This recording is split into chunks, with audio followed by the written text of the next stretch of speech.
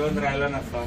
चल बा. आज त्यांचे काही नातेवाईक आलेले आहेत, बाळकृष्ण तपेकरांचे यांचे पतवंड खापर पतवंड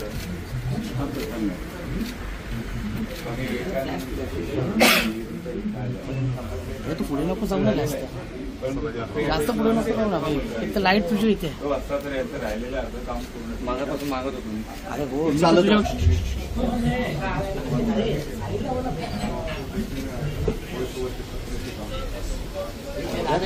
मजा करा.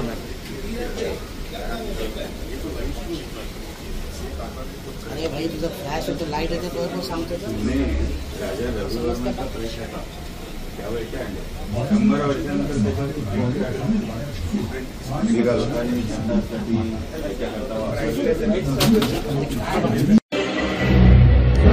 मंगळवार 22 जून 1897 कृष्ण पक्षाची अष्टमी.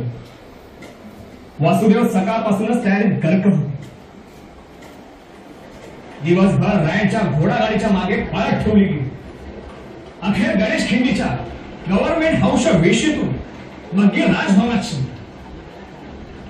राजभवनात मोठ्या स्वागत समारंभाचे आणि मेजवानीचे आयोजन करण्यात आले.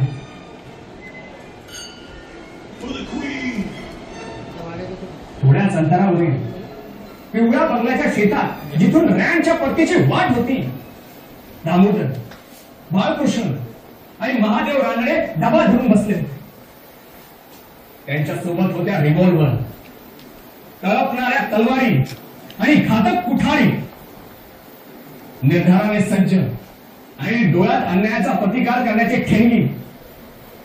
त्याने पुण्य नगरीतील आपल्या लोकांना पशुतुल्य वागणूक दिली, त्यांची विटंबना केली. महाराणी व्हिक्टोरियाचा भव्य दिव्य समारंभ संपला.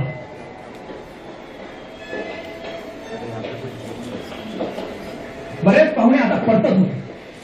राजभवनात डोळे दिपवणारा प्रकाश तर फाटा बाहेर गुरु अंधार होता. त्या अंधारात फक्त घोडागाडीच्या टापाचे व चाकांचे आवाज येत होते आणि कंदिलाच्या पुसट प्रकाशात थोडाफार रस्ता दिसत होता. आणि अखेरीस तो क्षण आला. कोणते आणारे हाच तो परवलीचा शब्द ज्याची ते आतुरतेने वाट पाहत होते. बग्गी पिवळ्या बंगल्याच्या चौकात येते. बाळकृष्ण क्षणाला उसळली, बग्गीच्या मागे झेपावला.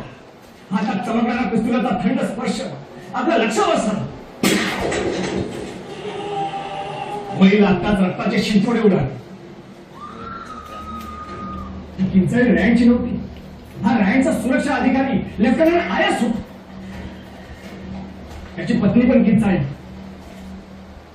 थोड्याच वेळात वासुदेवचा परत आवाज आला. कोणते आणारे यावेळी कोणतीही चूक होऊ नये म्हणून दामोदर स्वतः घोडागाडीच्या मागे धावला. घोडागाडी चलताच लावलेला पडदा फाडून टाकला. रिव्हॉल्वर थेट रॅनच्या पाठीवर रोखली आणि ट्रिगर दाबला.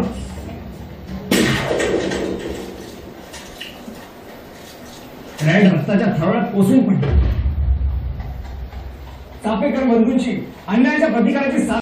फोटोग्राफर का रिस्पेक्ट नहीं करते आप. चला चल मित्रा, या एका साईडला.